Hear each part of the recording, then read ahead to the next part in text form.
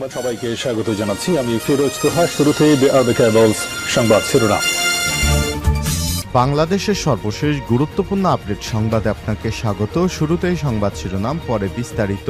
শুরুতেই জানাবো, চট্টগ্রামের আতঙ্ক, ছোট সাজ্জাদ থাকছেন পুলিশের ধরাছোঁয়ার বাইরে। চট্টগ্রামে খুন, চাঁদাবাজি, দখল, আধিপত্য বিস্তার কিংবা প্রকাশ্যে অস্ত্রের মহড়া সব কাজই করে বেড়ায় সাজ্জাদ হোসেন ওরফে ছোট সাজ্জাদ। তার দাপটে আতঙ্কে দিন কাটাচ্ছে বাইজিদ, চান্দগাঁও, পাঁচলাইশ এবং হাটহাজারীর মানুষজন।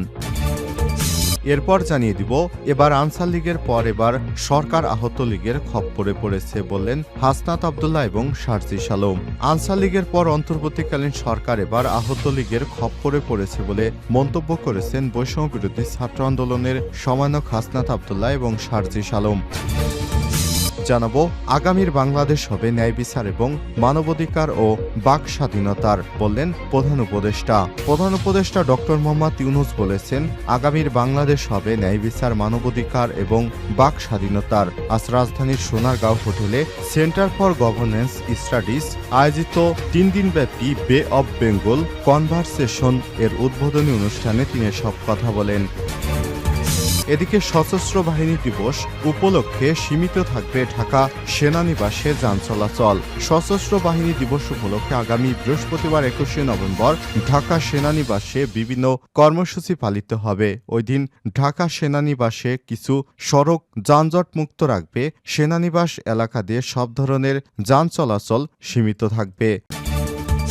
জানাবো, জমি নিয়ে বিরোধের জেরে বিএনপির 2 গ্রুপের সংঘর্ষ, আহত 7। চট্টগ্রাম নগরীর বাকলা অ্যাক্সেস রোডের সৈয়দ শাহ এলাকায় জমির বিরোধকে কেন্দ্র করে 2 পক্ষের সংঘর্ষে 7 জন আহত হয়েছেন। আজ রাতে এই ঘটনা ঘটে। এবং সর্বশেষ জানাবো, হাসিনার কর্তৃত্ববাদ প্রতিষ্ঠায় বিচার বিভাগ অনুঘটক হিসেবে কাজ করেছে বললেন ডক্টর ইফতেখারুজ্জামান। শেখ হাসিনার কর্তৃত্ববাদ প্রতিষ্ঠায় বিচার বিভাগ অনুঘটক হিসেবে কাজ করছে বলে মন্তব্য করেছেন ট্রান্সপারেন্সি ইন্টারন্যাশনাল বাংলাদেশ টিআইবি নির্বাহী পরিচালক ডক্টর ইফতেখারুজ্জামান। প্রিয় দর্শক, এতক্ষণ শুনছিলেন সংবাদ শিরোনাম, এবারে বিস্তারিত। তবে তার আগে বন্ধুরা, অনুরোধ থাকবে সংবাদটিতে একটি লাইক দিন। এই চ্যানেলে আপনি নতুন হয়ে থাকলে আমাদের সংবাদটি দেখতে চ্যানেলটি সাবস্ক্রাইব করে রাখুন। কমেন্ট করে আপনার মূল্যবান মতামত জানিয়ে দিন আপনি বিশ্বের কোন দেশ থেকে আমাদের সংবাদটি দেখছেন এবং শুনছেন। এবারে বিস্তারিত। চট্টগ্রামে আতঙ্কে ছোট সাজ্জাদ থাকছেন পুলিশের ধরাছোঁয়ার বাইরে। চট্টগ্রামে খুন, চাঁদাবাজি, দখল, আধিপত্য বিস্তার কিংবা প্রকাশ্যে অস্ত্রের মহড়া সব কাজই করে বেড়াচ্ছেন সাজ্জাদ হোসেন ওরফে ছোট সাজ্জাদ। তার দাপটে আতঙ্কে দিন কাটাচ্ছে বাইজিদ, চান্দগাঁও এবং পাঁচলাইশ ও হাটহাজারীর মানুষজন। জানা গেছে, চাঁদাবাজির উদ্দেশ্যে নগরীর বাইজিদ এলাকার একটি বাড়িতে গত সেপ্টেম্বর মাসে অস্ত্র হাতে সহযোগীদের নিয়ে প্রবেশ করেন সাজ্জাদ হোসেন। এর আগে গত 5 আগস্ট চান্দগাঁওয়ের হাজিরপুলে প্রকাশ্যে গুলিবর্ষণ করেছেন তিনি। এছাড়াও গত 29 আগস্ট বাইজিদ হাটহাজারী এলাকায় আওয়ামী লীগ নেতা আনিস ও যুবলীগ কর্মী মাসুদ পারভেজ এবং 21শে অক্টোবর চান্দগাঁও আফতাবউদ্দিন তাহসিনকে গুলি করে খুনের ঘটনার কারণে তার নাম সামনে উঠে আসে। 10 জনের মতো একটি বাহিনী নিয়ে সবসময় ঘোরাফেরা করেন তিনি। হত্যার 2.5 মাস পাড়ি গেলেও সাজ্জাদকে গ্রেপ্তার করতে না পারায় বিচার পাওয়া নিয়ে শঙ্কায় নিহত স্বজনেরা। জানা গেছে, সন্ত্রাসী সাজ্জাদ একের পর এক খুন করছেন। খুন করার পরেও সে অস্ত্র হাতে নিয়ে প্রকাশ্যে ঘুরে বেড়াচ্ছেন। এখন খুনিদের বিচার চাই। স্থানীয়রা জানায়, সাজ্জাদ কিশোর বয়সেই বেপরোয়া হয়ে উঠেছে। আরেক শীর্ষ সন্ত্রাসী সাজ্জাদ আলী খানের আশ্রয়ে তার ভাতিজা মোহাম্মদের মাধ্যমে এলাকায় আধিপত্য প্রতিষ্ঠা করে সাজ্জাদ সামাজিক যোগাযোগ মাধ্যমে জানান দিয়েই হত্যাসহ নানা অপরাধ করেন তারা। এমনকি পলাতক থেকে অনেককে হুমকি ধামকি দিচ্ছেন। এতে আতঙ্ক বেড়েছে এলাকায়। CMP crime and operations police commissioner Mohammad Raisuddin বলেছেন, আমরা তদন্ত শুরু করেছি, যথেষ্ট গুরুত্ব দিয়েছি এই ছোট সাজ্জাদকে যাতে অতি দ্রুত গ্রেপ্তার করে আইনের আওতায় আনা যায় সে ব্যাপারে আমাদের চেষ্টা অব্যাহত রয়েছে। এ সময় তিনি বলেন, বাইজিদ, হাটহাজারী, চান্দগাঁও ছাড়াও রাঙ্গুনিয়া থানায় একাধিক মামলা রয়েছে সাজ্জাদের নামে। আনসার লীগের পর এবার সরকার আহত লীগের খপ্পরে পড়েছে। আনসার লীগের পর অন্তর্বর্তীকালীন সরকার এবার আহত লীগের খপ্পরে পড়েছে বলে মন্তব্য করেছেন বৈষম্যবিরোধী ছাত্র আন্দোলনের সমন্বয়ক হাসনাত আবদুল্লাহ এবং শারজিস আলম। শুক্রবার ১৫ নভেম্বর রাতে নিজেদের ফেসবুক পেজে সাইদুর রহমান খানের নামের একজনের পোস্ট শেয়ার করে হাসনাত আবদুল্লাহ ও শারজিস আলম পাঠকদের জন্য তা হুবহু তুলে ধরা হলো। আহতদের এক গ্রুপের দাবি হলো ওদের এখন উপদেষ্টা বানাতে হবে। আজ কালের মধ্যেই একটা গ্রুপ কাফনের কাপড় পরে রাস্তায় নামার প্রিপারেশন নিচ্ছে। এরা রাস্তায় শুয়ে পড়বে, উপদেষ্টা না করা পর্যন্ত উঠবে না। অন্যদিকে সারা দেশে নিউজ করা হবে যে আহতরা চিকিৎসা পাচ্ছে না। আওয়ামী লীগের এতিম সহ বিভিন্ন পেজ থেকে অলরেডি ব্যাপকভাবে শেয়ার করা হয়েছে, আরও জোরে সোরে প্রচার করার প্রিপারেশন চলছে। মজার ব্যাপার হলো এদের মধ্যে অনেকেই ছাত্রলীগের লোকজন। ছাত্রদের হাতে মাইর খাওয়া আহত সেজে এখন আর হাসপাতাল ছাড়তেছে না। বহু আহত নেতারা সারাদিন প্রোগ্রাম করেন, ব্যস্ত সময় পার করেন, এসে হাসপাতালে ঘুমান। ডাক্তাররা ১ মাস আগেই ওদের ছুটি দিয়েছে, সুস্থ ঘোষণা করেছে, বাট এরপরও ওরা কেউ ছুটি নেয়নি। হাসপাতালে থেকে আহত পলিটিক্স করতেছে।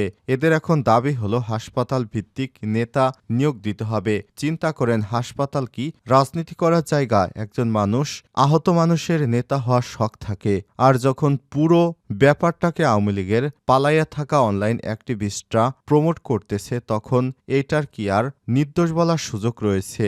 আমরা ধারণা করছি রাজনীতির পেছনটা পুরো কয়েকটা কারণে এ বিষয়টি বিশৃঙ্খল হতে পারে।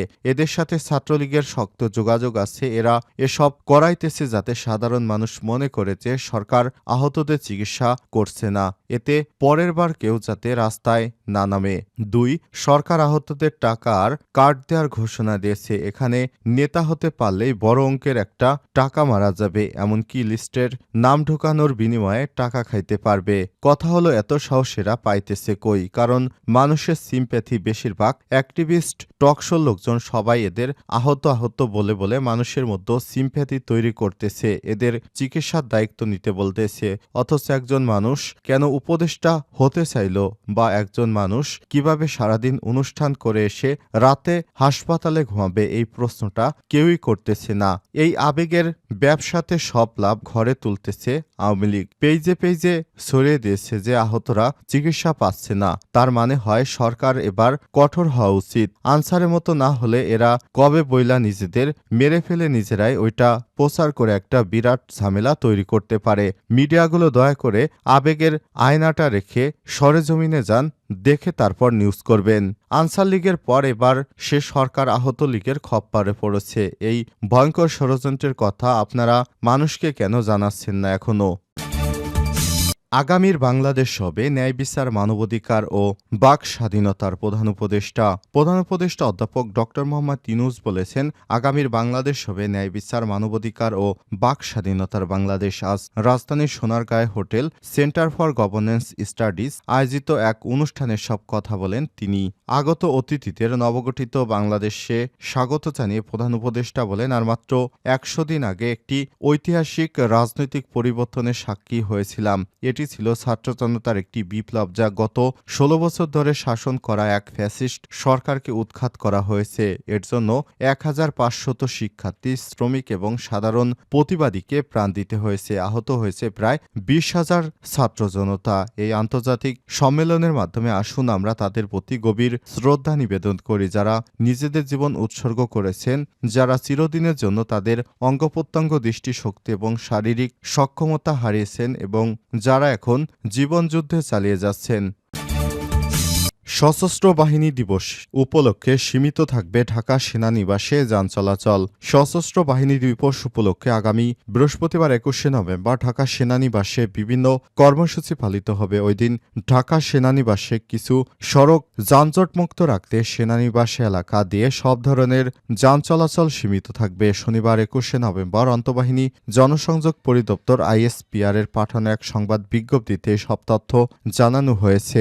আইএসপিআর জানায়, সশস্ত্র বাহিনী দিবস উপলক্ষে আগামী 21শে নভেম্বর বৃহস্পতিবার ঢাকা সেনানিবাসে বিভিন্ন কর্মসূচি পালিত হবে। এদিন ঢাকা সেনানিবাসে রাস্তাগুলোতে শহীদ জাহাঙ্গীর গেট থেকে স্টাফ রোড পর্যন্ত প্রধান সড়ক যানজটমুক্ত রাখতে সেনাবাহিনী অবস্থানকারী ব্যক্তিরা এবং আমন্ত্রিত অতিথিদের বহনকারী যানবাহন ছাড়া সব প্রকার যানবাহন সকাল 7টা থেকে বেলা 11টা পর্যন্ত, দুপুর 12টা থেকে সন্ধ্যা 7টা পর্যন্ত সেনানিবাস এলাকা দিয়ে চলাচল পরিহার করার জন্য আন্তঃবাহিনী জনসংযোগ পরিদপ্তর সেনাবাহিনীর পক্ষ থেকে বলা হয়েছে। সেখানে বলা হয়েছে কোনো ধরনের অপ্রীতিকর ঘটনা বা নিরাপদ পরিবেশ নিশ্চিত করার লক্ষ্যে অতিথিদের আগমন উপলক্ষে ওই এলাকা শান্তশিষ্ট রাখার জন্য সকলের প্রতি আহ্বান জানিয়েছে সেনাবাহিনী। আর সেনাবাহিনী আন্তঃবাহিনী জনসংযোগ পরিদপ্তরের এক ঘোষণার মাধ্যমে বিষয়টি স্পষ্ট করেছে সেনাবাহিনী।